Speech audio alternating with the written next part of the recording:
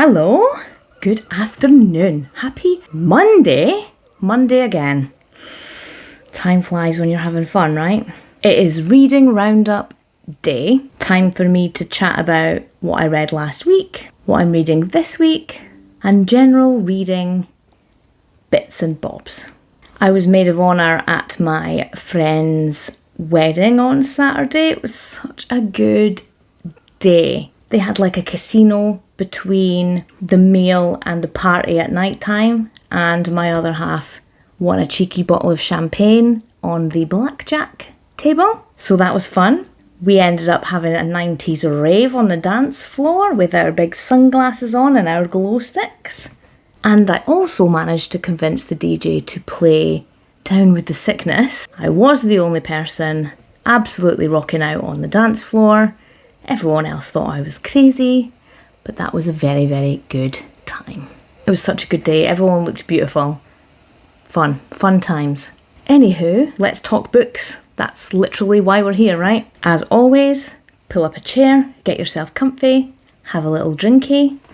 Cup of tea time again, a little bit of sweetener, a little dash of milk. It's finally raining outside. It has been roasting for days. So finally we have real cup of tea weather. It's cloudy, it's raining, it's miserable. Cup of tea time. Let's get on with it, shall we?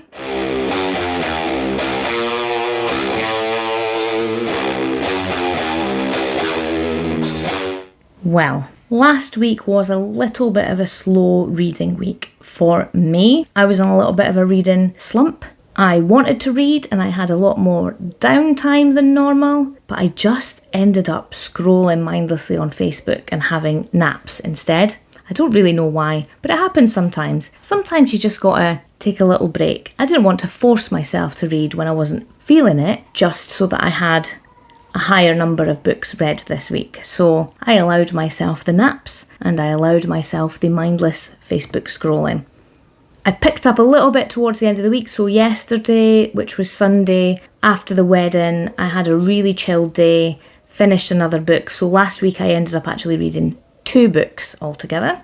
Haunting Adeline by H.D. Carlton was the first book that I finished last week. This was the first book in the Cat-Mouse duet by H.D. Carlton. This is another dark romance and there are trigger warnings galore. The spice scenes are very intense and very dark, so be warned if you're planning on reading that one.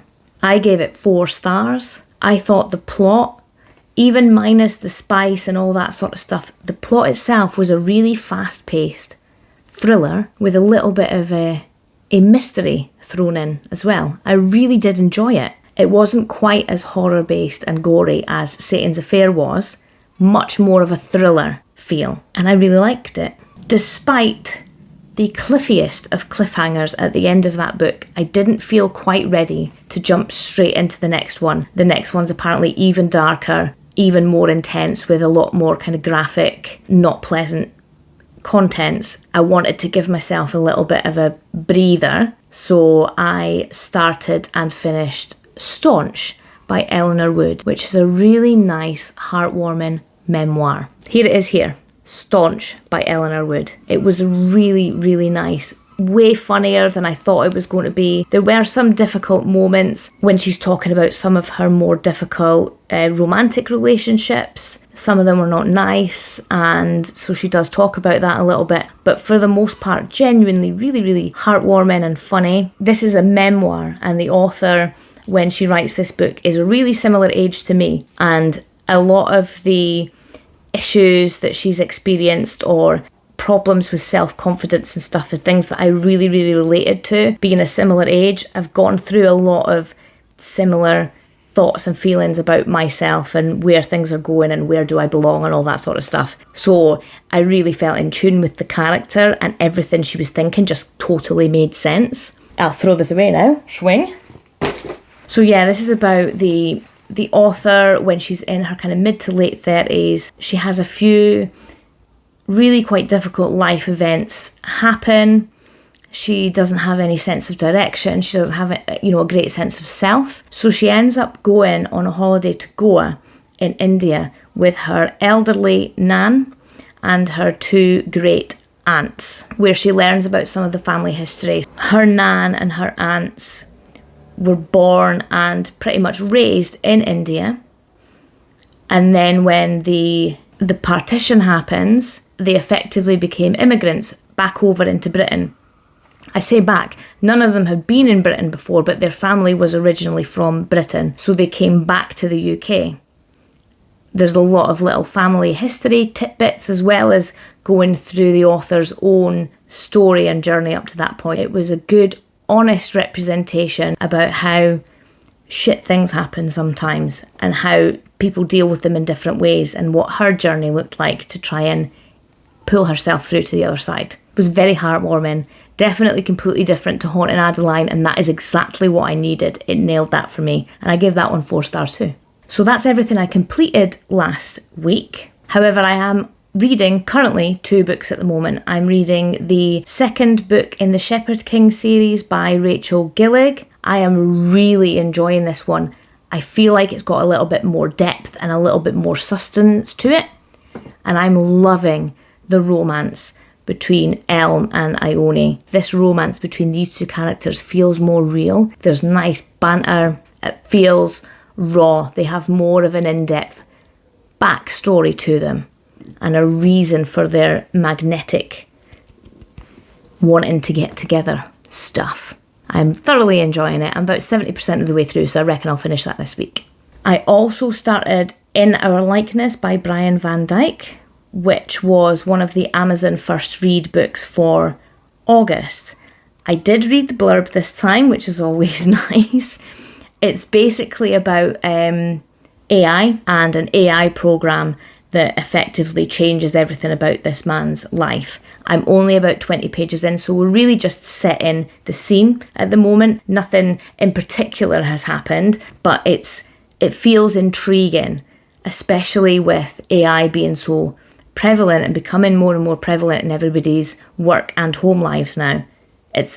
I'm really interested to see where this takes me. And hopefully it doesn't freak me out too much, because I'm absolutely convinced the robots are going to take over the world. And finally, my book haul. So the last couple of weeks, I have acquired quite a few new books. I say new, mainly secondhand, but new to me. So the first new book that has come into my home this week, the second Lord of the Rings book. This is from the library. I went and picked it up on Friday. I'm going to get started with it probably today or tomorrow. I've already done my reviews on The Hobbit and the first Lord of the Rings book, and we'll just need to wait and see how I feel about this one. I've said a million times, the story's good, the style of writing isn't my normal style of writing, so it's taken a while for me to get into any of them. But I'm hoping maybe this one will be the one where it all starts to click for me. We'll see, and I'll let you know. The next book haul book is one that came in my Tea Time Bookshop subscription this month. It's called Liberty by Caitlin Greenidge. I know nothing about this book. This is what I love about this subscription. I get sent books that I have no idea about. I don't know what's happening. I don't know what's going to happen. But look at that cover. I love that green. And I believe that it is a historical fiction. I could be totally wrong. It could be sci-fi or something. But I believe, from the very little that I've read about it, that it is a historical fiction. Next up is my charity shop haul. Ooh, and it was a good one. Hold on while I get them. So, when I was in Pitlochry the other week for my little hot tub break, we went into Pitlochry, like the town centre, and they've got like a little row of charity shops, just one after the other. And I went into every single one of them and picked up a book in each. So I got 3 books. I got The Midnight Library by Matt Haig. I have seen loads and loads of really, really good reviews about this book, so I'm thoroughly excited to give it a go. This one I picked purely for the cover. I had no idea what it was about, but how cute is that little foil embossed look on there? Plus, looks good, right?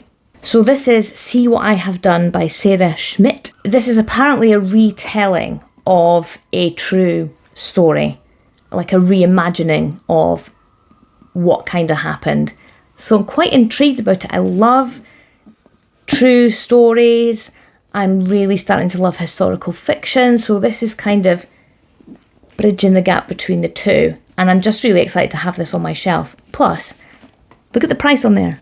£2.45. Absolute bargain. £2.45. So I'll be cracking that open soon too. And finally, I couldn't resist this because I have seen this all over Bookstagram ever since I started reading again. The Fourth Wing. Now I have read the blurb. Apparently there's dragons and stuff. So I think I'm going to wait until after I finish the Lord of the Rings series before I start this, because this is also big in the fantasy side of things, so I don't want to start getting confused between them. This is probably going to wait a little while in the wings before I start reading it, but I am really excited. I've been told that it's fantastic and that it should be right up my street. So we will see. And that was my book haul for the last couple of weeks. Quite exciting to have so many new books in the house. And big apologies to the books that are already on my bookshelf that probably feel like they're never going to get read. I'll get to them eventually, I promise. And that's everything from me today. That's my weekly roundup done and dusted. As always, I am here Monday, Wednesday and Friday every single week. I will be back on Wednesday with my full video review of Satan's Affair. So I will speak to you in a couple of days' time. And until then, have a great week. Speak to you soon. Cheerio!